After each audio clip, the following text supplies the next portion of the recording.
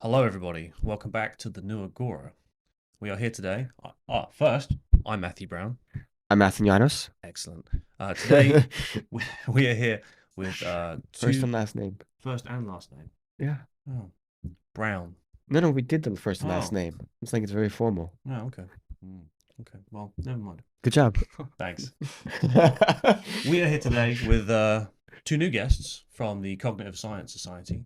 We have Sam Reed joining us and Tommy Coppin. Hiya. How you doing, guys? Very Good. good. Yeah, Thanks, yourself? Yeah, Yeah, not too yeah, bad, mate. Not yeah. too bad. thanks for having us on. Yeah, no, Appreciate pleasure, it. Look pleasure. forward to it. What an honor. Um, I'd Our like pleasure to. is it's our pleasure. Yeah. Of course. Yeah.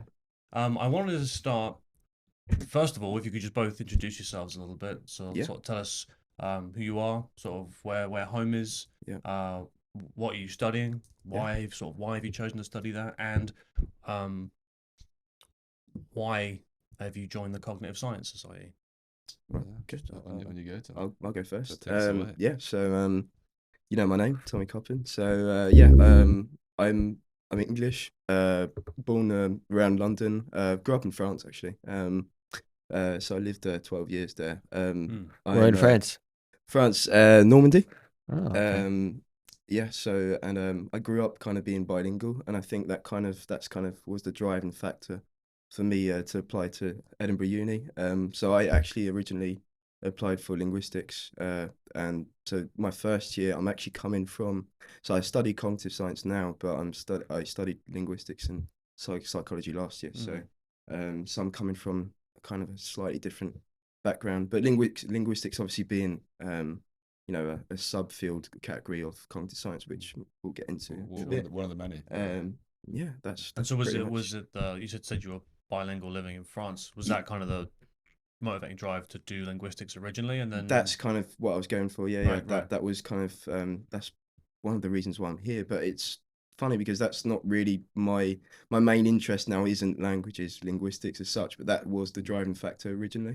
Mm, But yeah, I think I always I didn't know, but it's always been there, that interest, that interest revolving around the mind, kind of, that kind of, understanding the psychology of language. I always, the basic, because I find that, I think I just came to understand that language is the basis of who we are really, and of thought Mm. in general.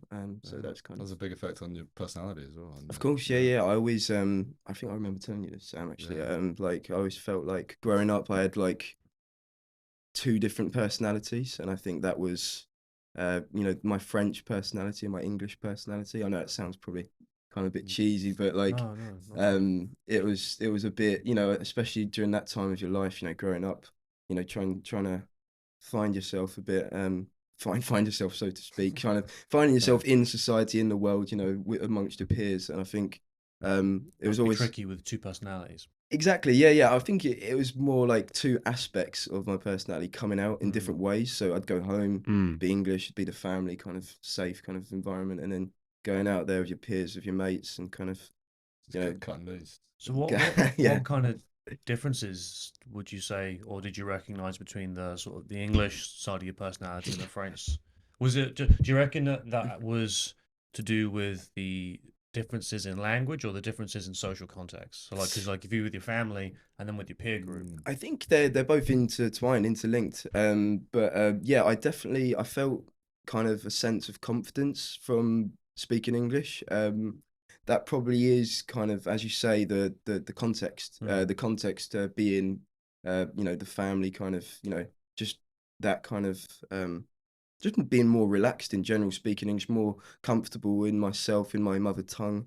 Um, but yeah, it just kind of had, even though technically on paper I had the same level of fluency in English and in French, it didn't feel that way to me. It felt like I wanted to express certain aspects of my personality, my sense of humor, that kind of confidence, but I couldn't really portray it in the same way in French as I could in English, and that's kind of what I English felt. humor Mm. is better. I would say so, yeah. But it's funny now as I'm getting older, I'm learning to appreciate more, well, the fact that I am French and I can't deny that. And I do also, really appreciate that kind of that kind of sense of humor, which is not really palpable, tangible with words. It's not really something it's hard to explain Hard to explain. humor, right? So yeah, that's me Th- pretty much. That's a very interesting concept to me because I'm somebody that comes from, you know, a family that speaks a lot of languages. Yeah.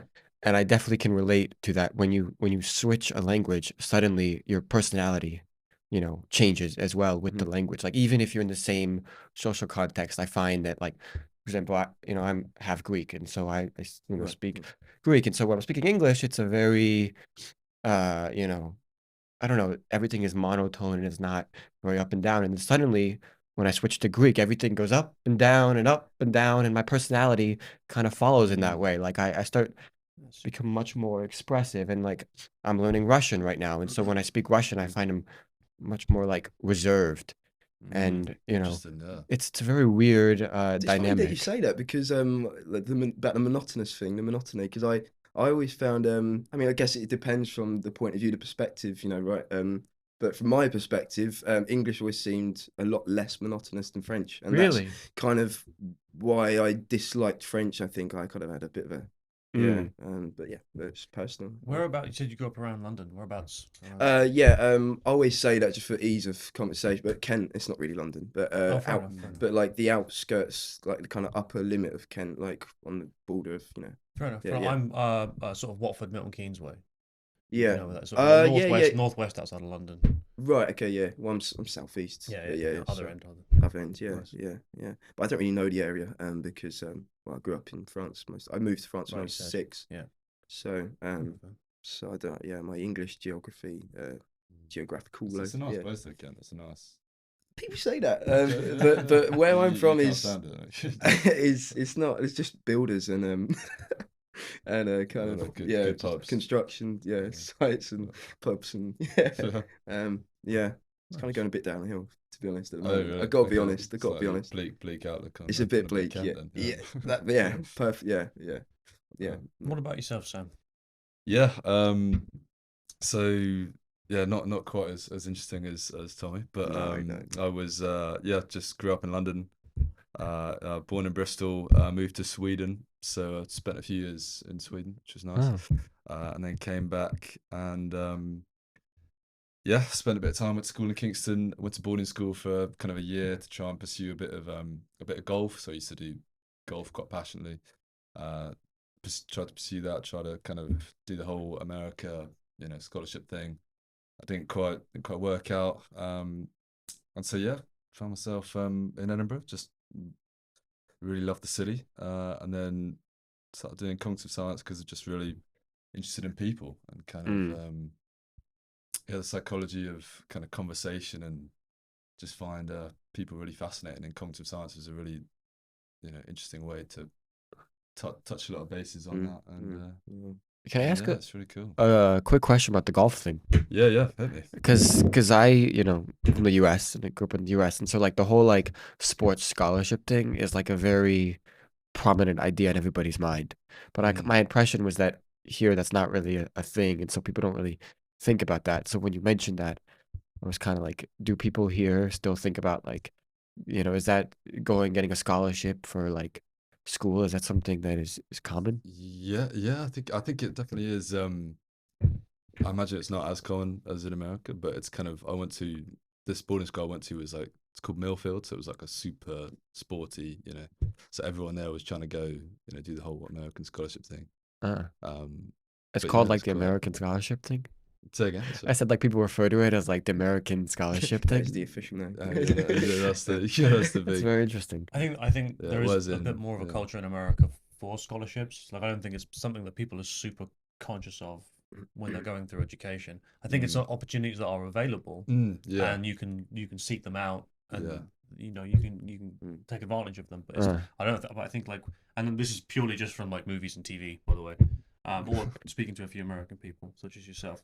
But like that, when they're going through their education, there's kind of this conscious awareness of various scholarships, sporting scholarships, or that they're pursuing and competing with other people for. Yeah, Which I don't think happens as much here, although I might be mistaken. No. because of the sheer expense of the.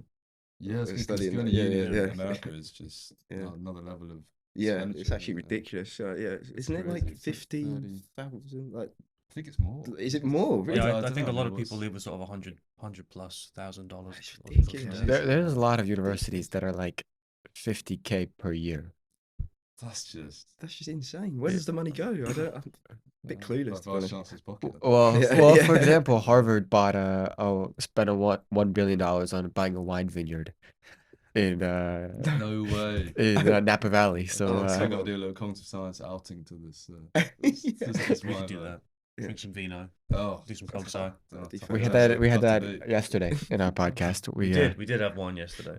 Yeah, we were Oh, doing really? we were doing the death of Socrates, and he was drinking hemlock, and so we decided we would drink wine. Interesting. Are you guys big wine No, drinkers or no?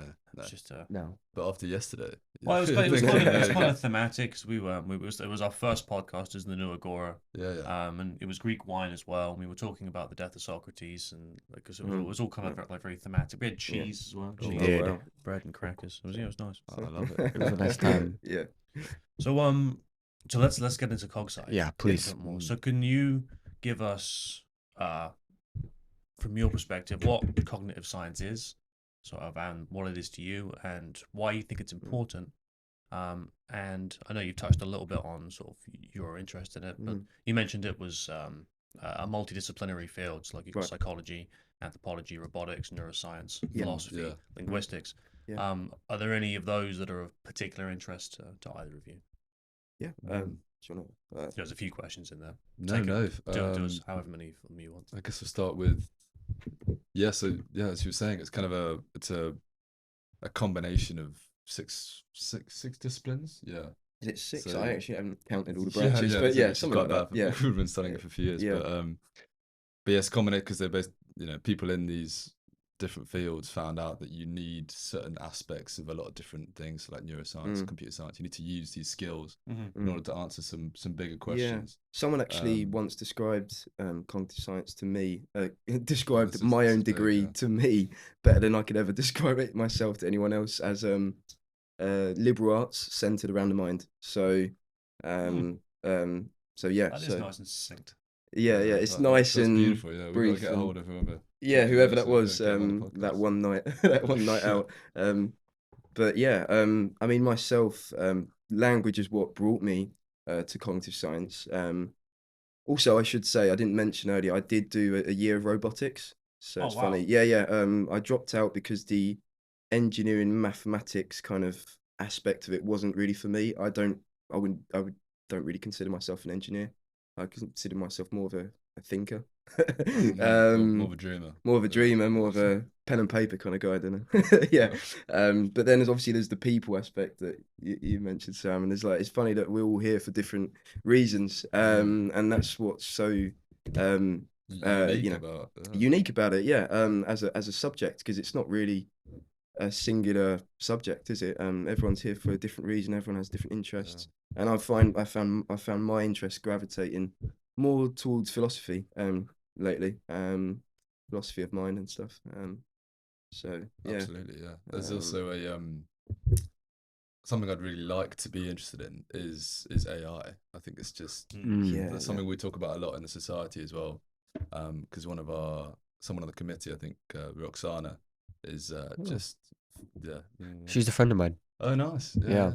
She's just awesome at AI. Like I think she's studying it, doing like a master's, thinking about doing a PhD. Wow. And she's done a couple of talks about it, and it's just like Wow. quite scary but exciting, and just yeah, really fascinating. AI is one of those things where I'm like fascinated by it, like a little bit freaked out by it, and Yeah. a little bit skeptical of it at the same time. Yeah, I think quite rightly. Yeah. You know, It's, like the whole idea that, AI can basically think like a human, act like a human, it's Well, I think they can like pass the bar now. Like they Oh, they can can do do- challenges and tests. Yeah. One that you can't recognize that it's not a human doing it, and it can pass things like the when I say the bar, I mean like when you become a lawyer. yeah, I know Like what you mean. like that's pass those crazy. things. Yeah, Well, that's it can, just like- you can, like, scary stuff. Pick two people or pick a person, and then it can write a whole novel in the style of that person.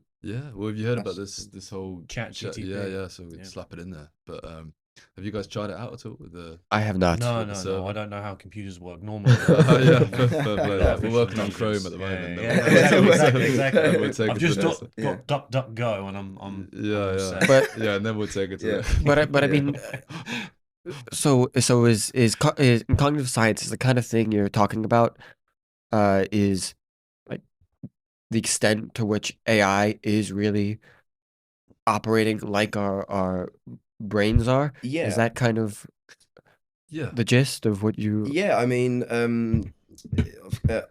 I see it this is why I see it. AI is a very good imitation. This is my opinion. It's very good.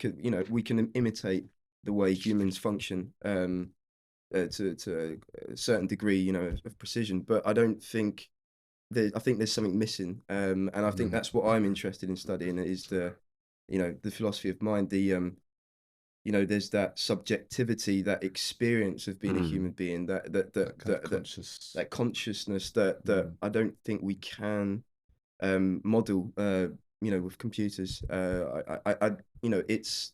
It's a scary thought that we can even come close to that, but I don't think I think there's something fundamental that we can't really that we just can't do with zeros and ones simply, Mm. quite So simply. that's Um, I think correct me if I'm wrong, but you're talking about the sort of the paradigmatic shift from the idea of computational cognition right, to embodied cognition. right, yeah, So yeah, there's something about being in the world, like having a physical exactly, yeah, yeah, body that reaches out and feeds back in and is yeah, interacting with the environment yeah, that it's in, yeah, that is essential to cognition. Because yeah, I think previously the assumption was that, like you said, you had like a central processing unit. Information comes in through your mm, senses, it gets processed or directed out, and then that was cognition. yeah, And you're saying that there's something missing from Ye- that model yeah, that we're not able to just replicate in something like, say, mm, Chat GPT, because it's not necessarily embodied in a thing, mm, and also it's operating on sort of language models, right? It's being right, fed the internet basically, yeah, and yeah, using that as Yeah. a framework to provide answers. Which can also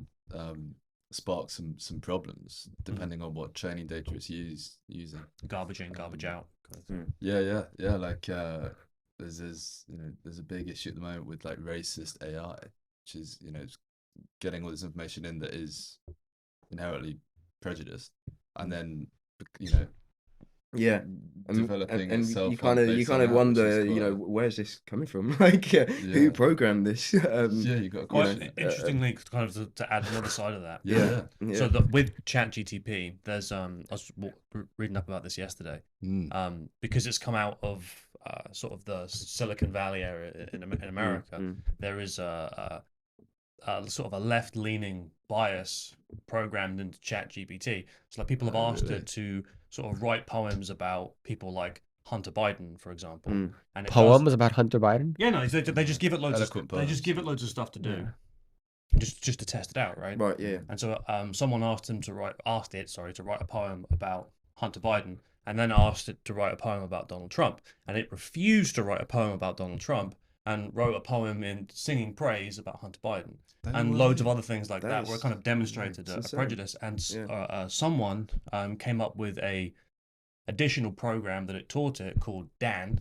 which is Do Yeah, yeah. Anything Now, and that kind of superseded any kind of framework that had been put in beforehand, Mm. and then run through these same tests again. Even asked the Chat GPT if it preferred operating on Dan or the one it was operating on before. Yeah. And like Mm. I'd check this out because it was really Really interesting. interested So in that. Yeah, because check it out. yeah, because you're right, this is awesome. because it's like Right, drawing from yes. the internet. You've got, like you said, the garbage that exists in the internet of all various different Mm. types of prejudices. But then there's also, from the programming side of it, the people who are bringing their own political biases into the programming of Yeah. things like ChatGPT. Yeah. So yes, it's super interesting stuff. Yeah, No, absolutely. I to go back to your point, I sympathize a lot with the idea that like something is missing, yeah, and trying to like find what that thing is, because I don't believe that a program that we can design and basically tell Mm. what to do and program can match our own uh, cognitive, Yeah. abilities and thinking. But it's really difficult to Mm. articulate exactly what that It is. is. It is. It's a certain thing. Yeah, we were It's talking about it yesterday. subjectivity. I mean, I remember doing this in Mind, Matter and Language last semester, and I just thought it was really interesting, the biological origin of consciousness. And I think that there's this idea that, you know, even the most simplistic forms of life,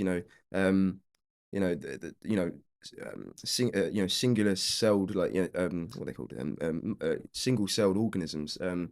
There's metabolism, the fact that they have a metabolism, the fact that they are living, um, it gives them a kind of a sense of point of view. That's Mm, kind of what that maybe that is the missing link. Maybe yeah. that's, but that this brings me this, what I often question when thinking about this is, does it really matter if we're achieving the same thing, right?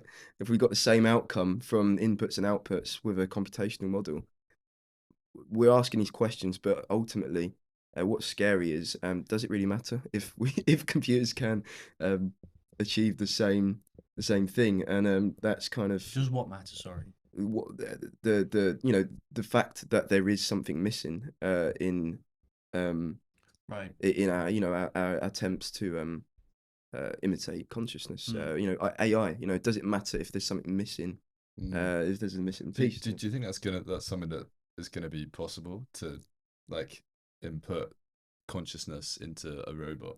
Do you think that's I, I don't know, like Uh, I don't know, I, 100 years down the line? Do you I, think that's something that is that's the potentially? thing. I mean, like, I don't know, uploading, um, uploading or downloading, or imprinting a kind of a program, like what am I trying to say? Yeah, Someone's consciousness, right? All yeah, of yeah, your memories and yeah. all of your being, your mind, everything that makes up you, Sam. If Mm. we were to try and put that onto a hard disk, a drive, and some as kind of some silicon based system, would it still behave like you? Would it So, how do we, that is a question that Mm. I'm very much interested Mm. in. I don't know. Uh, Um And like another thing that I'm thinking about is, so you could have the technology with AI and machines has drastically improved in capabilities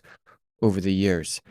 Um, and I'm thinking a lot about that in relation to our own human capabilities and, the activities we can do and the things that require mental capacity, right? So when you think about the beginning of the Industrial Revolution and it was the workers just doing very simple task, mindless task, mm, putting one like a conveyor belt kind of thing. Like an And assembly so, line kind of, yeah, and then yeah. so we got, machines to replace that. And, Mm. maybe the next step is driving cars, right? Originally it had to be a person, driving a car, but now potentially we're moving to where, machines and technology can do that. So what, activity or like function that we can do that will never be at the point that machines can It's great. It's replace that? yeah. It's great. I was thinking about this a lot actually. I was hearing the other day that even even psychologists are gonna become, even people who are behind the psychology and the cognitive scientists like mm, ourselves are gonna become redundant as well, because there's gonna be programs that can effectively target shoot mental health issues and sort them out before, maybe not it's psychologists, crazy. actually, like Yeah. psych, therapists. Psychiatrists Yeah, yeah. or any kind of Even person dealing even with these kind of yeah, like higher kind yeah, of A even chat GPT therapist?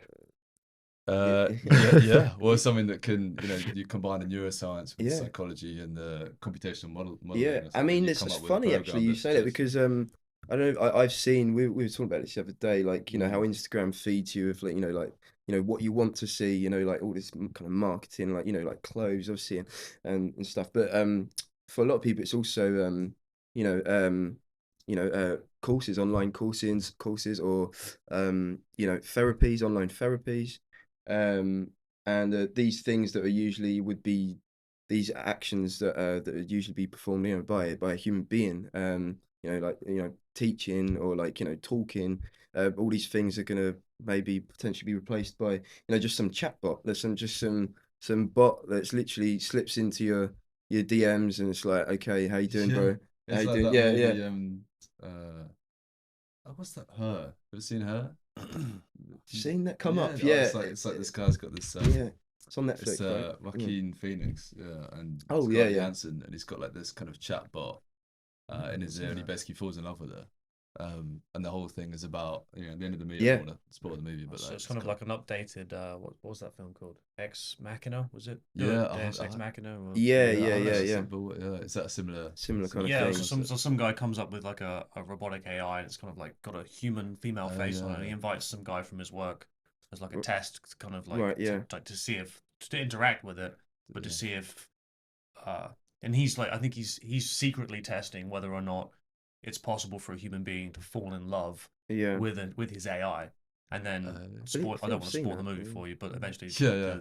the AI Yeah. basically uses the guy that's come in, makes him fall in love with her, and then uses him to help her escape. Mm.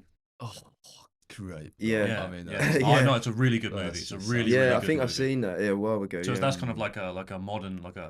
a contemporary version of the same. So I think that was sort of 10, Yeah, yeah. 15, maybe longer than that. Yeah. That movie. But do you think we're losing anything by? So that was my next question as well.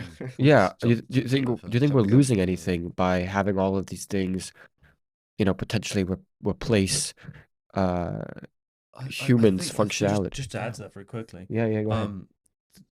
So as you were talking there, I was thinking. So you were saying like if we're achieving the same outcomes, right? If you can have these Right. so these AIs or these robotic procedures Mm. and have it sort of achieve the same outcomes. My question was, over what span of time? You know, 'cause like in the immediate, Mhm. it looks like it appears we're having the same outcome. Like you get your Right. someone appears on your chat to give you some therapy, asks you some questions that a therapist would ask you, or responds to the things you say, Yep. sort of in a way that a therapist might respond. And you get like there's an immediate on the surface benefit from doing such a thing, but over a drawn out period of time, on the point of are we missing anything, Mm. right? Like what? Like there should be mechanisms, right, for being able to keep track of that, because it's like, you know, because we've done this with social media, like on the internet, we've gone, oh, look at this great, wonderful thing we've got, and it does all this connectivity stuff, and we can communicate with each other, and it's great. But then over the last 20 years, right, you can So like you unpredictable, can isn't it? track, like you can just keep an eye on the state of people's mental health. It's so just powerful we just that it's find- dangerous. a lot, right? yeah. And I think if it's not overlooked and not monitored carefully, I think that it could be humanity's demise. I don't want to be dramatic or anything, No, but I I think mean that's No, but I think that's what kind makes of- people nervous about Yeah. like AI. They're like, well, like Yeah. let the genie out of the bottle. Yeah. And then But everyone's like, okay, when AI comes and gets to, you know, human level cognition, you know, the world is going to be over. But the truth is, yeah. it's making its way into our lives. You know, I was about to say, already. hasn't it already come? I mean, I don't think we understand what Right, its yeah, form, right? I think that it has almost a I want to say symbiotic. I want to be optimistic and say symbiotic, but the truth is, I don't think it's working with us. I think because of capitalism, I think. I think it's sorry. I don't want to get political, but it's huge you know. claims. But I think it's kind of taking advantage of us at the same time. It's helping us, but also taking advantage of us. You know, in our gadgets, in social media, these algorithms driving everything we look at, and you know, like the times, the timing. You know, like it literally knows how long we spend. You know, where our attention is, and that's just quite a scary thing. Sounds like we should change the quote from "religion is the opiate of the masses" to "AI is the opiate of the masses." Yeah, exactly. Yeah. I think what's the scary part about it for me is the fact that we don't actually understand how it works. But aren't we the How- ones like, creating people it don't and understand. programming it? Yeah. Yeah, even if the people that come up with the stuff don't understand how it's coming up with these solutions to these, you know, when you ask it to write your poem, it doesn't. We don't understand because there's so many links and It's a so bit of many a like updating a kind butterfly effect. It's like you've well, you've like unleashed something, and it's like, and it gains momentum, and you don't know where it's And going. it's so much smarter than a human. Yeah, It's yeah. just ridiculous. Exactly. Well, It's I think I get the sense that a lot of people are resigned in a way to the continuing presence of AI in our lives. Like, 'cause some people are like, oh yeah, well it'll just be what it is, or it'll be the thing that I don't know overtakes us or supersedes us. And Oh yeah. maybe because you've got like Elon Musk's I was Neuralink gonna say, coming up, yeah. and it's Yeah, like that is- so I was talking to someone the other day, because I am super skeptical of. Well, skeptical is the wrong word, but like cautious about the idea of like the prospect of plugging something into my brain. Mm. I don't Yeah. think I will. Like even, and she said, well, yeah, but like but the people who do, they'll like, because they'll have access to like chat GPTs, Yeah. like, and the bandwidth between yourself and that will be like that, and so like the people who do that will be like way above everybody else, and I was like, I kind of don't care. You know, I think I'm okay with that personally, right? Like I don't mind being a bottom feeder if there's No. like No, yeah, because you smack on. my I think my concern was on the point of what are we missing. It's like, yeah, this all sounds like really great and interesting, right? But like I was like, yeah, but you guys might be miserable. Right, like you might have all this access and this like this bandwidth access to this information, and you might be able to solve problems and do really really cool things. And I'm like, yeah, but that might make you miserable. Like, and we don't No, big know time. know what it is that would prevent that from happening. Especially given that we've kind of abandoned a lot of our meaning making structures over the last sort of 150 years. Well, as in like, and I'm not a religious person myself, but we've very much kind of dismissed with kind of the sort of religious frameworks that that many people relied on for many years for meaning, in the belief that we can sort of derive our moral structures and our or from first principles, or from the idea that meaning is as a nonsense concept, right? Because it's a consequence of chemical reactions in the brain that ultimately doesn't mean anything, right? And then but the people who have been right, but the There's a people lot who of have been interesting adopting things those there. kind of Yeah. ideas, well, a lot of people kill themselves nowadays. Yeah. Right, more people than ever, like especially yeah. young men, are killing themselves. So it's like, okay, well, we've dispensed with these meaning making structures, and we have all of these ideas about everything's meaningless, and you can reduce it to chemicals, and it's like, oh great, but a lot of people are just killing themselves. So maybe that isn't having the It sounds like impact. you're describing like a nihilistic kind of view of the world. Does anything mean anything? Right. Well, no, but that's, So I think why that's do I need to live? That's where a lot of people Yeah. are at, right? And Yeah.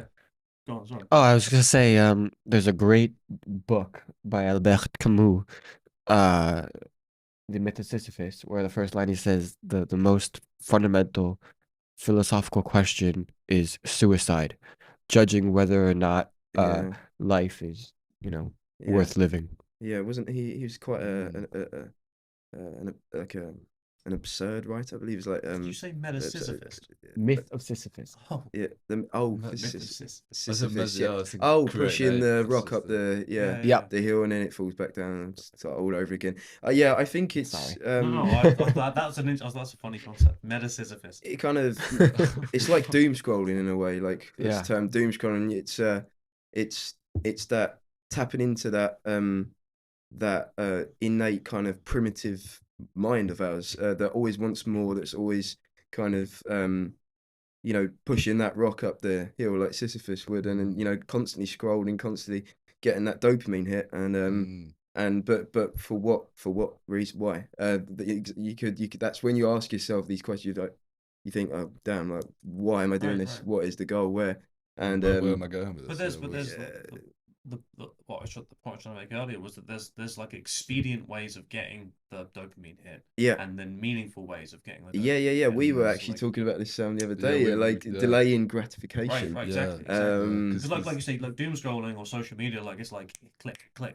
It's just click, instant click, dopamine click. hit. Whereas like when you like we're talking earlier about Yeah. you've taken up boxing, Yeah. right? It's like when you commit yourself to the Yeah. process of disciplining yourself Yeah. to get yourself ready for a sport, right? Yeah. And then you win, or even if you lose, for crying out loud, right? Like Yeah, there's still that's a that. mindset. The lose and win Well, no, mind is a mindset. exactly, Yeah, no, exactly. No, yeah, but my point was, Yep. even if you lose a match, right? yeah, You still come away from it having prepared yourself for it, yeah, right? And then course. confronted with the lessons that you can learn Of there course, and yeah. then you get to act on those. yeah, And those are like more yeah, drawn out, meaningful ways of getting that same. Yeah, I mean, the problem is you Yeah. can get arguably equivalent level amounts of dopamine input from this online stuff, from like big examples like pornography. I mean, you can Right. get crazy levels of dopamine from that, which would be it's similar just levels to winning a so big football match. unnatural. But You you're think getting about it in it's such a your body's like, what is what is going this on here? foreign, This is- like absolutely something that you wouldn't find Yeah. in nature, and Yeah. that is a very good example. But it's just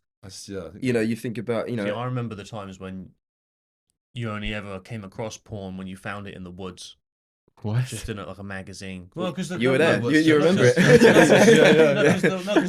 When there Take was to a when tree there kind of wasn't the thing. internet, right? It was just magazines and VCRs. I know, Yeah. but in the woods. Yeah, because every now and again you'd be wandering through the woods. It'd just be Yeah, a you get random the porn. occasional Oh, that happened to me all the Yeah, time. Come Yeah. on, Back in the day, And it was like a gold mine. It's like, oh yes. You'd the see Meadows it and is a it'd be good- like, oh, good spot, wow. actually. It's a good Even spot for I mean, stuff. I can't believe where this conversation is going, Oh, but you can't. it's It's but gotta be yeah, science, He's always everybody. going to go down this. there's only one way for it to go.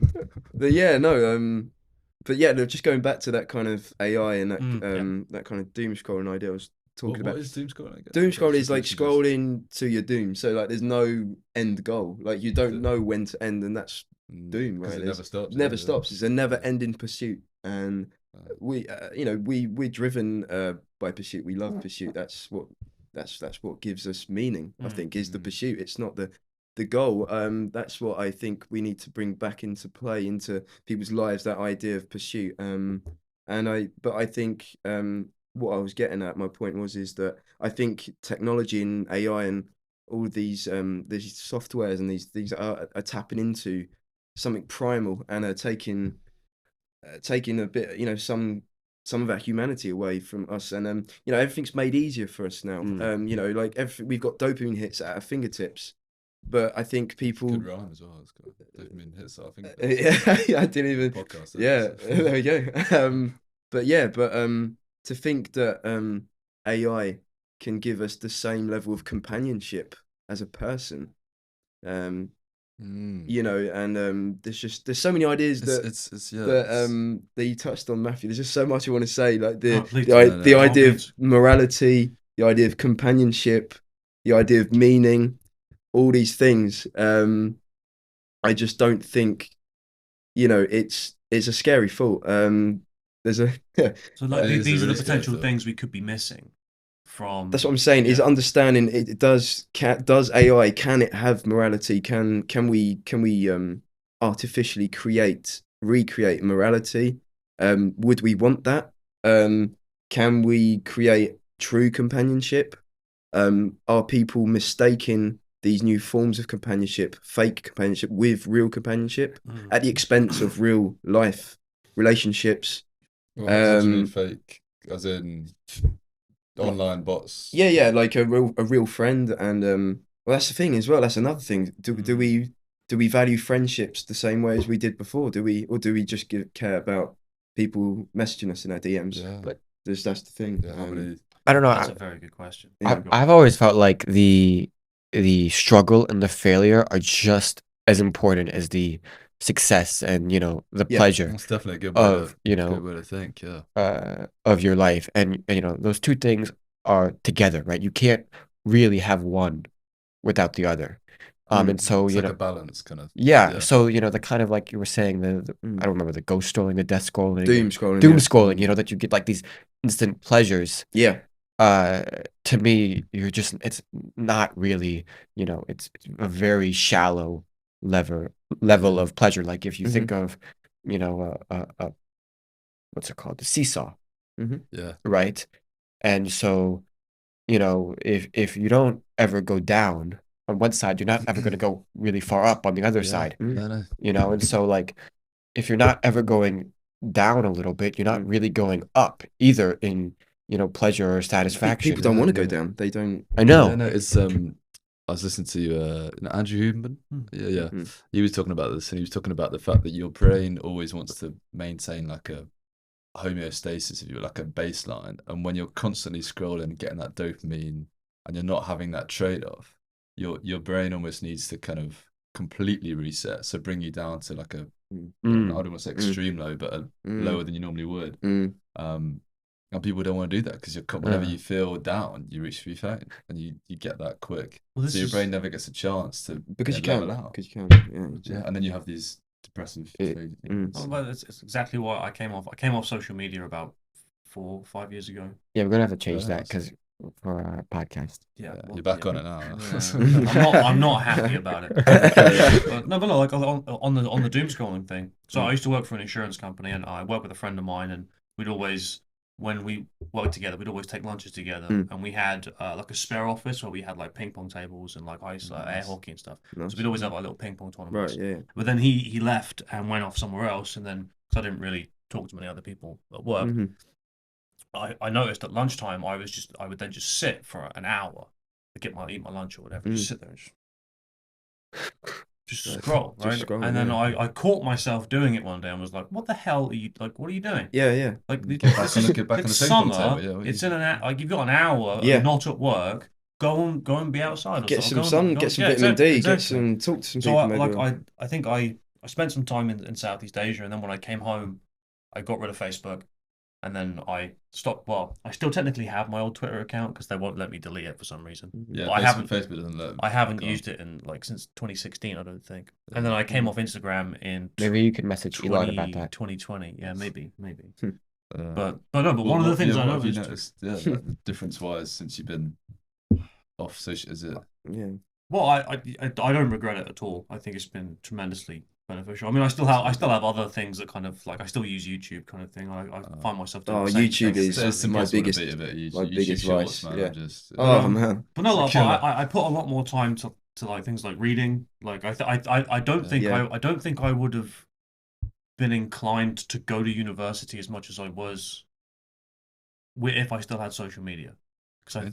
That's Because I interesting. think I was so just drawn to and distracted by it. Like Yeah. I remember with Instagram, I used to be obsessed with how many like little hearts you got on your. Because I know, yeah. You do loads of hashtags, be like, "Oh, I'll try and get loads of people's attention." You'd be watching them coming in, like, Right, you're like, beautiful, yes, yeah, Johnny's like my yeah. photo. And it's like, but then when you catch yourself doing that, there's a part of you that's like, oh, Yeah, but some people don't have that Gross. awareness. I don't think that kind of mindfulness, that ability to step back and look at themselves and think, well, why no, why am I but- doing this? No, but So, that's because yeah, that's yeah. because why would you want to, right? Sometimes because Yeah. sometimes you don't want to step back and look at yourself because you're doing 'Cause it's something maybe 'cause it's gross. scary? Yeah, Yeah. exactly. Yeah, you're just like hunched over your screen. Yeah, You're yeah. just Well, you don't want to see yourself like that. No. So why would you? But the thing that's scary to me is we're actually like in some sense assigning like actual value to that in society, right? You have things like Instagram influencers and like promotions and whatever. So like people actually, it's not just like, oh, people are like, oh, I want to get a bunch of hearts because I want to feel like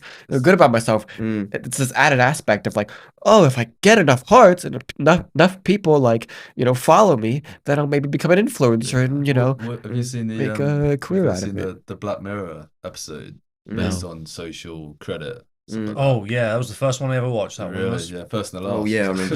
No, I took a 3-month break after Yeah, it was a after kind of- watching that one. No, that Yeah. was an incredible episode. God, carry on. Yeah, no, it's so it's effectively you people after they meet you, they rate you, like how Oh, much they God. like you and stuff. And I watched that episode, and you kind of you can only get certain access to parties and transport and everything yeah. you need based on your social credit score. And I watched that episode, I was like, oh, this is like my worst nightmare. This is like horrendous. And then I realized that it's actually happening to an extent in China at the moment. Yeah. They're bringing Social in credit this- system. Yeah. the social credit system, yeah, to a Oh, degree, really? Yeah, man. Wow. Yeah, so it's kind of it's not a big thing, but it's It's definitely actual like it's actually not to that extent, as in you've got a rating. And then Well, we have a but, like, similar that's thing. Are you guys Oh. familiar with ESG scores? I think I've heard of it. It's ESG scores. environmental social governance scores, and it's like an output of the World Economic Forum and people like that, Right. and kind of co-align with companies like BlackRock and Vanguard, I think. Hmm. And it's basically like it's like a social credit system for companies, right? You have to demonstrate that you're environmentally sustainable, socially, I don't know, correct, right? And there's an awful lot of politics that gets shoehorned into that. And governance, you have to be governing it properly.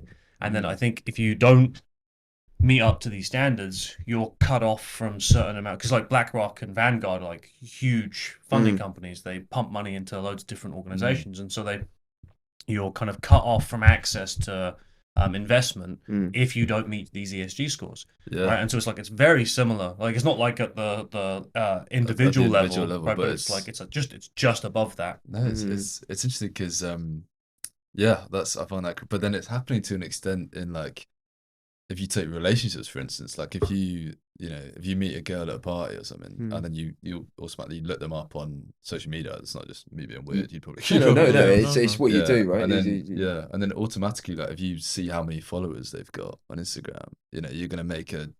I find That's myself so making. toxic. I know, but it's true. It's true. So bad. As in, like I don't want, but as in you make a. You kind of 6 judging, and they're following 1,000. You're like, okay. you're judging this person based on how many friends they have, right? And you think, oh, this person must be attractive and successful because they're socially able, and they have loads of friends. But that's not reality, is it? Some people don't care so much, and why should we care? It's like we're never switched off completely to other people's opinions and judgment, and I think that's just unnatural. And I always find that the best people in person are the people with the fewest followers. That's true. Kind of the social media profiles are not. They're the people you want to hang out with in person. Yeah. But the people who have got thousands of, you meet them and they're like, kind of, well, what's going on here? I thought, you've got this type of status. Their entire kind of, it's just a one line. If you got Instagram, that is Snapchat. Cool, man. Safe. Well, I think going to the point you just said about being super aware of what other people think of you and what you think of other people. I think again, it's like it's something that's, I would disagree about it being unnatural. Right. I think it can become dysfunctional. Yeah, right? Because I think like if you have like a cohesive functioning society, one of the things you do care what other people think. No, about what I meant, sorry, was that right. it is perfectly natural. It's a perfectly natural fear. It's tapping into innate kind of sense of being accepted, socially accepted, being even like to the extremes kind of. I even saw this Vsauce video. I don't know if you heard of Vsauce. Yeah. Great guy. Great great guy. I love that guy. No, he did a video called The Science of Awkwardness. And basically why has awkwardness evolved, and it kind of question. Social anxiety and awkwardness and all these things have evolved to kind of keep us in the loop, accepted by our peers, right? Because being in a group, we'd have a greater chance of survival than being on our own, right? So being socially isolated is an innate fear, and I think that what I meant was is that it's not unnatural. What's unnatural is to be constantly fearful of being socially isolated when there's no actual reason to be. But it's that fear is growing a lot because our society nowadays is a lot more, like we were saying, just like individual. I think the fear of being alone, I think, is a lot.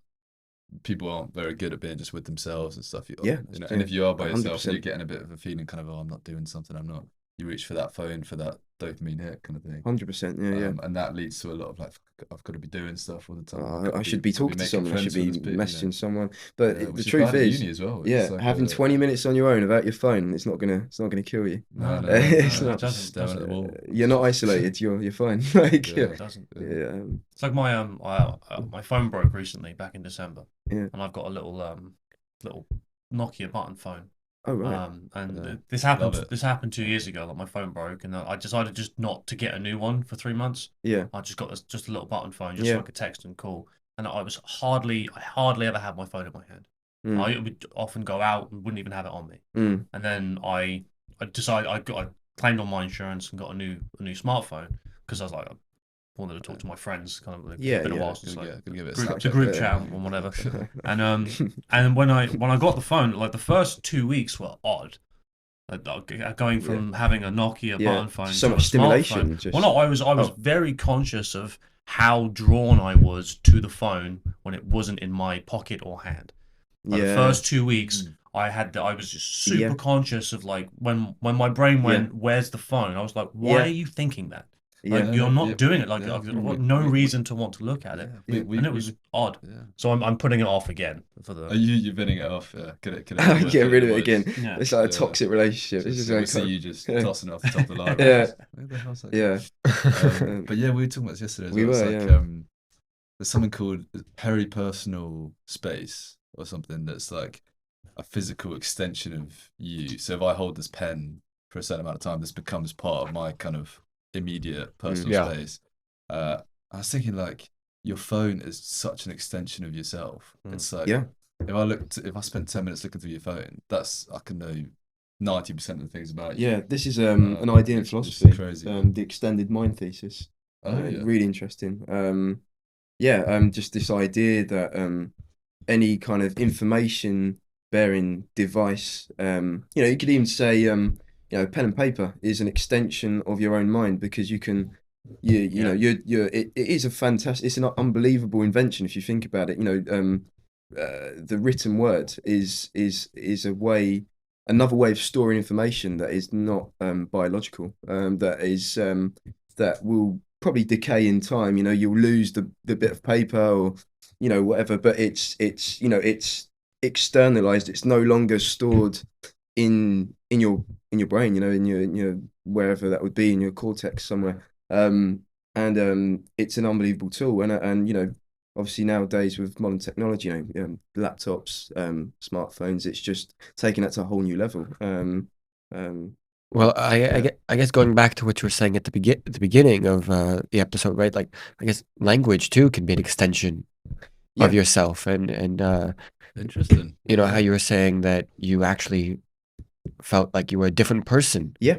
when you were speaking. Well, I think it's not only an extension of yourself, it is you. It shapes who you are. Actually, really interesting book I read in first called Language Instinct by Steven Pinker. I believe. Yeah. He's a god in Linguist. linguistic. I remember, I'm not quoting because I can't remember the exact quote, but it went something like, humans, say words, they use words just like spiders sew webs. So it's just like this innate instinct we have, and it's what makes us human. And I think just as much as the words we speak shape our thought. This is what's scary. I think the tools we use, the things that are in our personal space, will also become who we are and shape us. So social media, our phones, going back to that kind of idea, that also is becoming us. And Maybe you lose a certain, like when you were talking about when you got your phone back, so when you don't have that phone, maybe you bring that internally more, and then when you get your phone back, you externalize a certain amount of yourself onto that device. So you're, I don't want to say less, but you're kind of I don't know, less like Augmented, attention, or you're kind of giving up a certain amount to we have that only have physical, so you know much what I mean? attention. Yeah. So a lot of your energy and mental resources will be dedicated to your device, right? Your phone, Yeah, and and you like will your followers, put and a like, certain amount of your and you're just becoming this kind of doom scrolling animal that's doom just kind of scrolling. Be careful. talking about like the separation of these things from yourself. Have you guys ever had the experience of when you're in the same room with somebody that you guys don't speak the same language, and you don't understand them, and so when you're just standing there with them and you're not saying anything, you feel like you are kind of on a very similar level, like a connection. Mhm. And then when it's time to like speak or say words, suddenly you feel like there's this like barrier, very strong barrier between Because you can't relate your as two in, like characters or two personalities or two people. But before you've said anything, you feel like you're on the same ground. And it's only when it's like time to speak, then you suddenly feel like, oh, this person is like, foreign, and Yeah. it's inaccessible to me. And Mm. and it's like, I don't know, have you ever been like on the train or the bus or whatever, and you're just sitting with people, and there's some people that you would generally like to talk to, and you know, you're sitting there, and then suddenly when they bring out their phone, then you're like, oh shit, I can't do it. I'm not Yeah. gonna talk to them. Yeah. You know, like it's Yeah. just like this barrier that Yeah. comes up between you and the So other true, people. It's so true. I think people use because it, it takes yeah, your yeah. focus away from potentially wanting to engage in a Yeah. conversation. That's like their barrier. I think that might have been the same with books though. Maybe like before True. Oh, yeah, smartphones. Like true. if someone was on a train or a bus and they were reading Yeah. a book, you're like, oh, I'm not gonna approach them or talk to Yeah. them because they're engaged in a narrative or But something. Yeah. at least like the But if book they're just has smoking, like then something the like that. open process where it's like there's something about the book, you open it, and so it's like there's something about You're that looking image down, of being you're- open that I don't know, to me is a little bit more. Well, I guess Oh, also maybe like there's room for starting the conversation about the book that they're reading. That's Yeah, that's a I feel like common I see you're reading a bit that's of a that's a Leslie common Salis, conversation starters. Oh, well, you know, what book are you Yeah, that reading? would've It's- good no pickup one, line. no one What goes, book- oh, what how books many like followers you trying got? to- Yeah, what's the Samsung? Is that? Oh, it's Yeah, that's it's great. an iPhone. Fantastic. iPhone 8. I've got a Great. yeah. What's the memory? yeah. 54 gig. It's, Ooh, poor effort. sizable, Right, sizable. Yeah. Anyway, I'm gonna crack on. Yeah. Yeah. Yeah. The science of awkwardness also- again. There. Yeah, Yeah, you well, know- I was gonna. Sorry, yeah. Okay. Sorry, no, you go. Well, I was just going back to your comment about speaking different languages. I find it weirdly I only get awkward in situations where we speak the same language. I like if we don't speak the same language, I feel like there's no awkwardness to kind of. It's really You can't it's really- anyway. yeah, but do you know what I mean? As in, I feel Yeah. a lot more comfort kind of in. Comfort And I was in thinking, in not being able to speak I your mind maybe properly it's a little weird, but because just there's a barrier thinking, anyway. Yeah. Yeah, and then I seen something the other day that says that 90% of communication is through body language. Yeah, I've heard that and too. stuff like that. So I'm thinking, Yeah. and then you hear stories about. It's a bit off tangent here, but like Michael Bublé met his wife, and she didn't speak the same language. Yeah. but they had that kind of connection Right. through the body language. So it's Just winks. Sort of. just so That Eye voice of side his. eyes across the Eye kind of contact, idea, yeah. So it's a bit off the. No. Yeah. Well, so, well, I think when I've had interactions with people who I don't share a language with, I'd say it was a little different. Like, because I remember feeling awkward pretty much the entire time. Yeah. Trying to, yeah. Yeah. No, but here's the positive part. I think like they did too, and I think there was this kind of shared sense of, well, this is uncomfortable for both of Yeah. us, and so we're in this. We're in this together. Yeah. We're still trying to communicate or get the message across, failing miserably, but it's like I don't know. There's some Yeah. kind of mutual. Respect. Reciprocal awkwardness. And Yeah, you're like, yeah, we're in this It's a together. beautiful thing. We're in this together. Yeah, we Yeah. can do this. Just sweating, just. Yeah. I got to catch a train. We've got 20 minutes left. It's fine. We can sit in silence. Good. Oh, it's fantastic. Just But it is no, public it's transport. really just the whole body language thing. I find Yeah. so. Well, that would be amazing. one of the It's- things we'd probably be missing if I was Going- about to say that, yeah. going back to Yeah. the Chat GPT and AI and whatnot. Yeah. Like that. Maybe that's what it is, because I mean, we pick up on things subconsciously, but how do you teach a program? Like, how do you program AI to? Well, this have a comes subconscious. back. Well, how do you to- look into the eye of AI? You know what I mean? Like there's Yeah. you make eye Right, contact but with this somebody. comes back to the idea of embodied cognition. Yeah. Right. Like that. Yeah. Maybe that's the answer to that question. Yeah. Is you give it an embodiment, right? Because Right. if it has an embodiment and it has a sense of that embodiment, Yeah. and its Interesting. and Yeah. its cognition, which to the degree to which that's computational, Yeah. and the embodied part of it, then you're way more likely to be able to have that kind of Mm. body language interaction with a machine with an artificial intelligence. If the embodied cognition paradigm, Yeah. never mind. Yeah. If the embodied cognition paradigm turns out to be quite fruitful. Give me a Yeah. sec. Absolutely. I think. Yeah. Sorry, and you go, Tom. Well, maybe what it could be is the drive to survive, right? This drive for survival that every living thing has, and maybe that's what's missing with AI, having this kind of It's almost you know, scary if that was the case. Yeah. An AI that was like trying to it- dominate. Trying to- If you had yeah. an AI that was definitely, yeah. But I know what you mean. No, but but I think that is Give them, almost give them a necessary. very long life battery and we'll be all right. I think. Yeah. If they were Yeah, yeah. Don't worry fearful about it, you're of fine. You're fine. of Yeah, you'd be losing okay, power, yeah. then Yeah, maybe just plug it up, yeah. maybe they wouldn't be so. No, but that's like the plot to the Matrix, right? Yeah. Like they were like, oh, well, the machines got concerned about having power, so it used humans as batteries.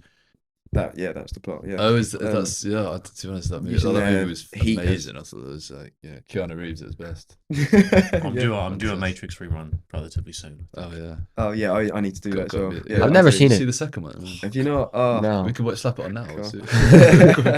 No, yeah. No, but You need to watch The Matrix and you need to watch Life of Brian. 2 films. Oh, Like, yeah. very similar. Yeah. Yeah. Philosophical. Yeah, kind of watching deep. pens bend, you know, and it's like there is yeah. no pen. That's the truth. Yeah. The pen isn't real. Yeah. It's all a simulation. Okay, Um, but you need to watch Citizen Kane. I do need to watch it. Oh, what? Yeah, I've heard that movie. Is that like a classic? kind of, Yeah, it's uh, commonly thought of as the best movie. What's this? Citizen Kane. Oh. Personally, I prefer Casablanca, which is commonly at number 2. But it's like basically this guy spends his whole life trying to become, you know, to have everything, like to get as much wealth as possible and be as famous as possible. And he spends a lot of money trying to do all these things. And his house is like this ginormous place, but he ends up alone. And, you know, his dying wish is basically to go back to his childhood and be with his mother. Interesting. Right. Interesting. It's sad. Because he was Yeah, it's not tough he was ending, yeah, his the beginning of the movie is his parents, when he's very young, basically let this like really rich millionaire guy come and like take him from, like, when he's like 5 or something, take him from his home and raise the boy and basically act as his parent. So he's separated from his, to instill this like drive to succeed. to give him like, give yeah, him like, this- because he's from like a very rural, you know, just like a yeah. place in a farm in Colorado. And yeah, so this guy flies in and says, oh, you know, I'm your new daddy, whatever. Yeah. And You better raises believe it. him, and Yeah. you know, he becomes very involved in like Yeah. banking, and he runs his own newspaper, runs for president, etc., etc. Right. Yeah. So it's the moral of the movie, like no matter how much success in the material sense you're gonna get, you know, you're gonna find your satisfaction and your happiness from being with the people you love Exactly. and having that connection. And Yeah, is that kind of the that bit? that yeah, that Well, that like brings us back to the the motherly. what's missing question. Mm. Yeah. Same kind of. Same Yeah, kind of it's thing. that kind of utility, practicality versus meaning. Yeah. Yeah. Well, and there's also the theme of, I think this is a really important one, like in our sort of current society, is that, like, his parents, I haven't seen the movie, so correct me if I'm wrong, Yeah, but like his parents made that decision or allowed that to happen, presumably for the purposes of providing the child with a life that they couldn't give them. exactly. So they were trying to solve a problem. You know, and when I said about our society, I had in mind sort of like the sort of pre and during the Industrial Revolution, right? Like, because I think it gets criticized a lot, obviously, for like kind of capitalistic tendencies and the production of or use of fossil fuels or whatever. But you have to remember, these people were trying to solve a problem of privation, right? They're Right, like they right. were Yeah. like starving, Yeah, cold, suffering, desperate times, and they were desperate right, measures in a way. and they Yeah. were so they tried to solve this solution, but in solving, tried to solve the problem. In solving these problems, the solution they put forward had things missing, right? Like it was, you know, it was Like humane. right. It was like it was all problems caused by attempted solution of problems, right? And then, Yeah, like, yeah. the knock-on effect we of need them, yeah, continually yeah. trying to solve problems, but then Yeah. the unintended consequences Yeah. of well-intentioned interventions Yeah. that produce further outcomes. But isn't that a never-ending kind of cycle? Not cycle, but a never-ending cascade of Massive kind of- cause consequences. You know, like we got a problem, we need a solution. Solution causes more problems. You know, I don't want to get into a climate debate, but you know, like, No, or well. yeah, but no, yeah, but I will. You know, plastic was a great solution once, and now it's a big problem. I tell you So- what Yeah. is a perfect example of that. Uh. Those paper straws. Yeah, Yeah, they don't work. They're the worst. They do Yeah. suck. They don't work Yeah, They don't work. Bring at the all, plastic that's ones thing, back. isn't it? at all. No, but I'm serious. We Yeah. switched to paper, and We got to do something about that. Yeah. Yeah. You know, just congealed paper in your like if cup. you ever tried to Yeah, drink the a amount of suction smoothie that with you the paper gotta straw, have to Yeah. get after any about kind of- 3 sips, it just like smushes. Well, you have to Yeah. you have to down it like with a straw straight away, because if you want to enjoy the drink, right, Yeah. it's not happening. No, no, yeah. Or you've got to like Hey, Chat GPT AI solve this problem. Yeah, it would probably So- give us a yeah. good. yeah, just be like just order plastic straws, mate. Yeah, just do it. Like, yeah. Screw the turtles, order the plastic straws. Yeah. Easy solution. But that's the thing. Would is AI going to give?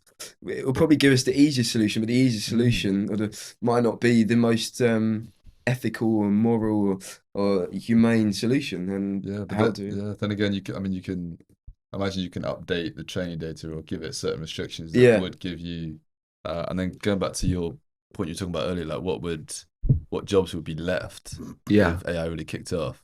I was hearing someone talking about the fact that all these kind of jobs that are manual or like that can be replaced would be replaced, and they'd be left for all the creating jobs and the music jobs, and the kind of humans would have a lot more time for for creation higher and- functions for yeah, like, and, for you know, mm, doing designs and so it would be kind of more augmenting humanity artistic, in a way. Yeah, yeah more creative, more less kind of doing Um, the stuff that needs laborious to be, kind of. yeah, that stuff would be done, and then it would be yeah, room for us at the top to just yeah.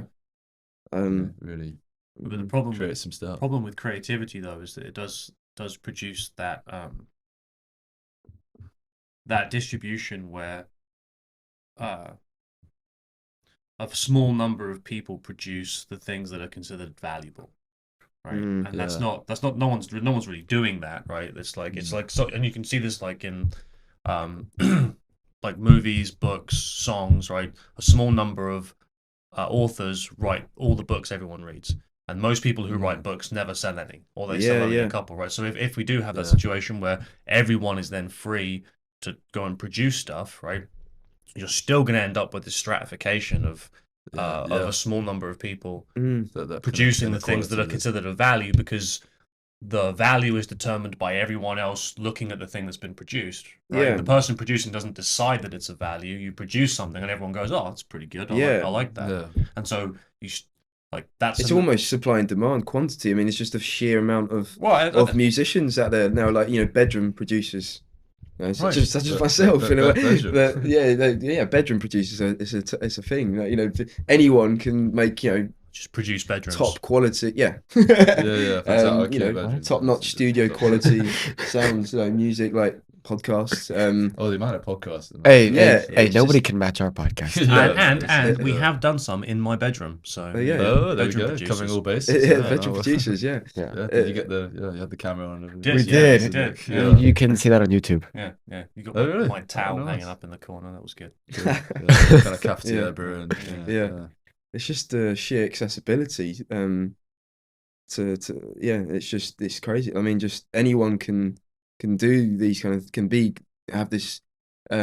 can put their creativity forward now and share it. But it doesn't really, like you're saying, like it's only a small percentage of the people of the creators out there that are actually getting their work seen and recognized. Yeah, is that what the 80-20 rule Free to is? distribution. Yeah. Yeah, is that because I've seen that a lot. I never really know. Yeah. What is the 1820?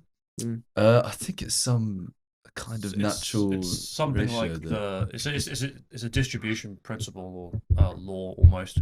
It's something like the square root of the productive force produces 50% of the output or something like that. Or so like 20% or the 80-20, like 20% of the productive force produces 80% of the outcome.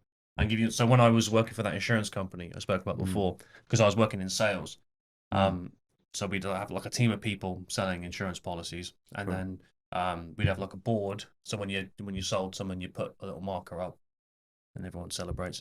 And then at the end of the month, you'd get like a report that says like how many policies everyone has sold, and like everyone's competing with everyone.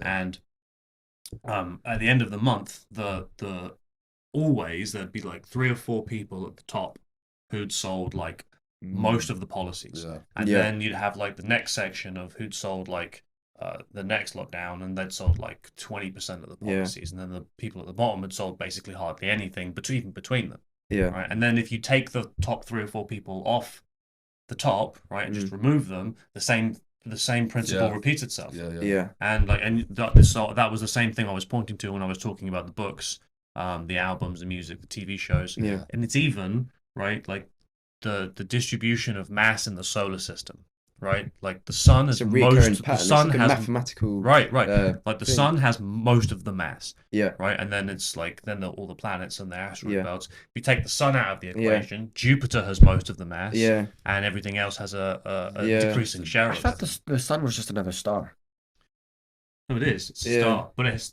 got a shit ton of mass. more than the other It's a big, stars. big boy. Yeah. But we've only got one in the solar system. Fair Is enough. what I was talking about. Yeah.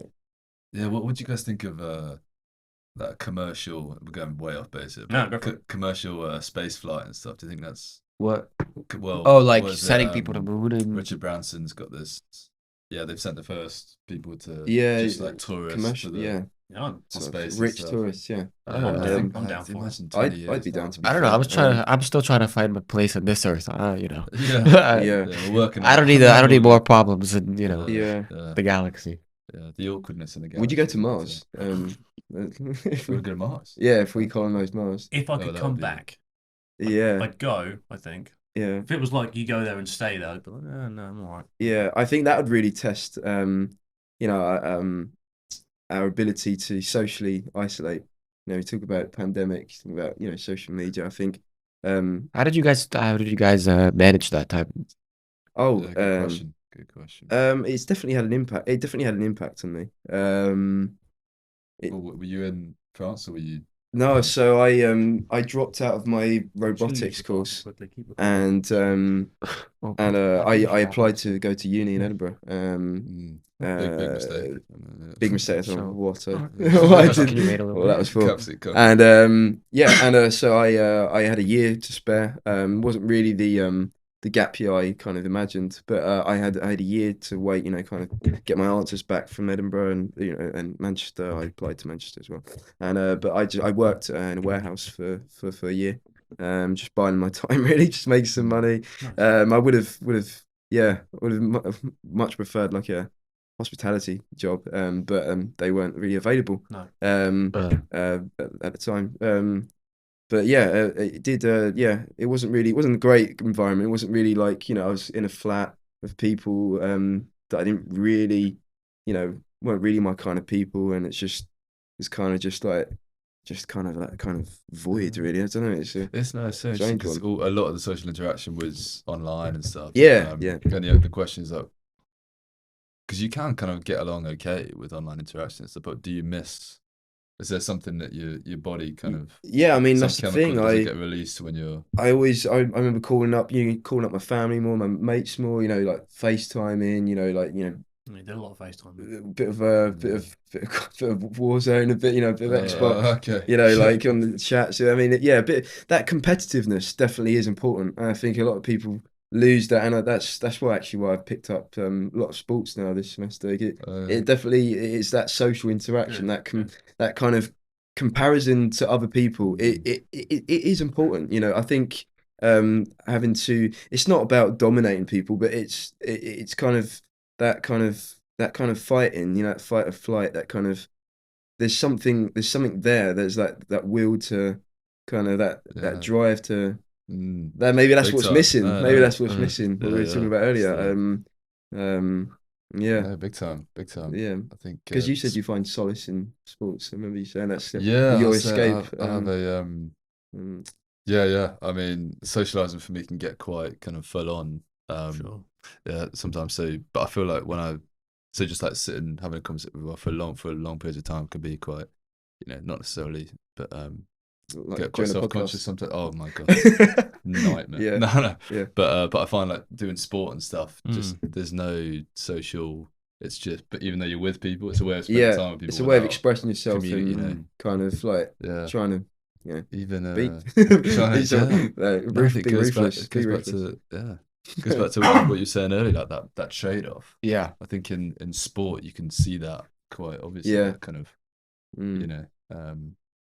if you don't have that, you don't get the full ups, and then when you take the losses, Exactly, yeah, but you you got to need- be willing to go through, to take them Yeah, failures. yeah. Because a lot of people, well, including myself, Yeah, it's I know. difficult taking. I think, I mean, even if we're going into this more on a, more, on the neurochemical level, I think there's a lot of reactions that are happening, right? I think, like having this competing and having your mind switch off, socially in a way. It's a social endeavor, but it's something where you don't have to care so much about people's opinions.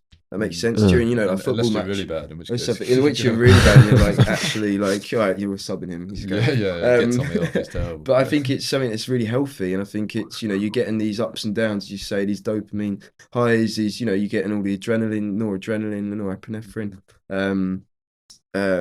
pumping through your system and through your nervous system, and I think it's something that's important, just for our health, having been put in those situations. Our ancestors would go hunting, and you don't know if you're going to come back. It's kind of something that we must. And I think, going back to the lockdown, that's something lockdown took away from me, is that kind of competing. And I found that for me, like, video games was a way of escaping as well. Getting that kind of competition, that kind of I mean, how did you guys find the old down lock? I turned to exercise. Oh, really? Yeah, because Nice. that was I mean, sports has always been a big part of my life, but I need that physical exercise to clear my headspace. Yeah. Was it a bit of gym or a bit of running? What was the- It's mostly cardio. Nice.